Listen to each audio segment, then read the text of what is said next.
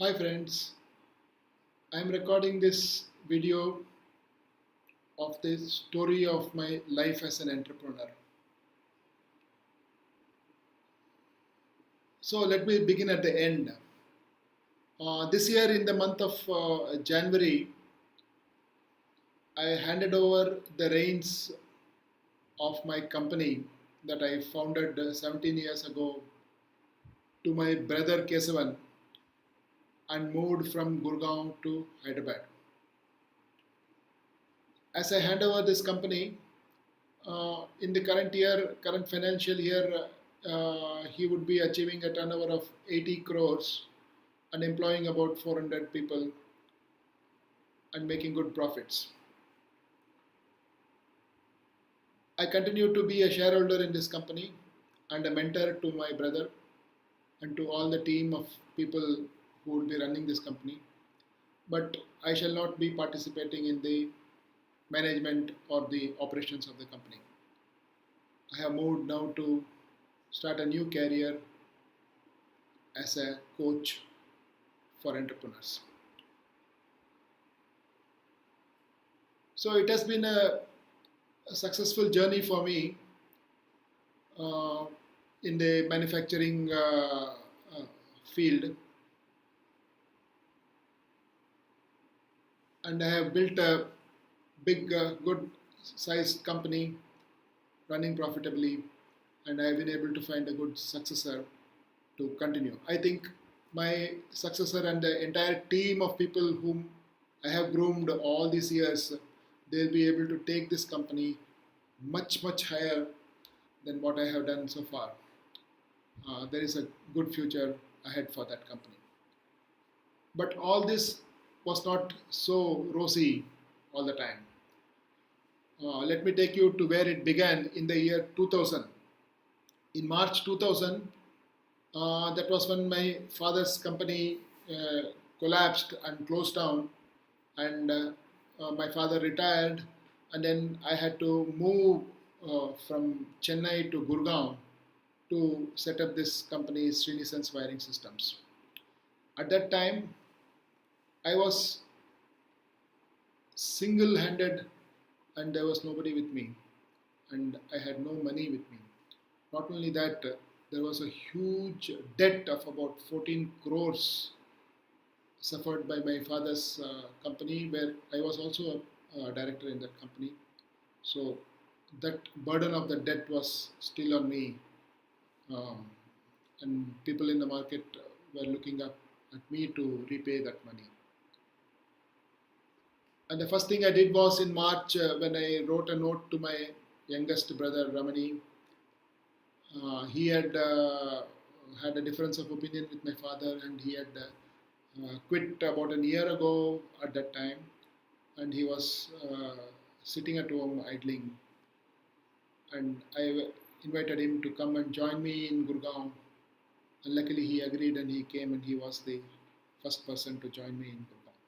And then there was Arun in Gurgaon who was working in the old company, and we came and we were just staying. I used to stay in Arun's house, and then we started trying to found the company. I had no money with me, and a lot of creditors chasing me for paying back the debts of the old company. And then I borrowed money from Sirish. We found a rented place, and then uh, I found Ajay Kalia, who was also uh, struggling, and he joined me. And then over the years, we slowly built up this company. I used to travel frequently from Gurgaon to go to Chennai and Hyderabad to face court cases there pertaining to the old company. I had no money with me. I had to travel in uh, three-tier non-AC train during the summer months from Delhi to Chennai. I used to buy water bottles and pour it in my head and drench myself so that I can withstand the summer heat in the train and struggle. In the meantime, my family who were with me in Chennai, they had to move to Hyderabad. They lived in my mother-in-law's place. My children uh, studied in Hyderabad, and my mother-in-law took care of them. She had to pay the school fees and take care of them because I could not even send any money back home. But just a year or two of struggle, and then slowly we could start earning money. And over the period of years, as we grew, I had to pay the debts of the old company. And finally, it took me 12 long years. My father passed away in the year 2010, and then 2 years after that, I paid back and settled all the debts of the old company and finally closed that chapter. And then we moved on, we grew and created this business to this level. However, when I started in the year 2000, I used to say that it's going to take me 3 years to repay and all the old debts, and then we will be able to build a big company, maybe 250 crores and all that.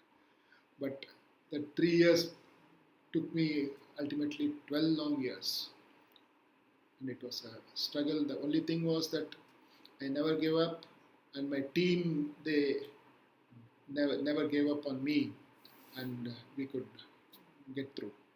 But along the way, I had taken a lot of decisions, starting some project, some venture here, some diversion there, and all that, which cost huge losses. For example, I started a venture in Indonesia, and it not only created a huge loss, but it diverted our attention from our core business and frittered away valuable resources. Similarly, in 2011, I started a cable project in Palwal, but I couldn't go through with it. There also we lost a lot of money. So what I want to say is that during the process of building your business, the entrepreneur takes decisions. I took decisions, and some decisions were really good decisions, and we were persistent, and that's what brought us here. But then some decisions were very bad decisions. And then not only that, but I persistently stuck to those decisions and somehow wanted to make it work, and that made the losses bigger and more prolonged. And these are the things that make the journey so hard. What I have learned now and what I want to teach now is how to find out what decisions are going to work. Huh?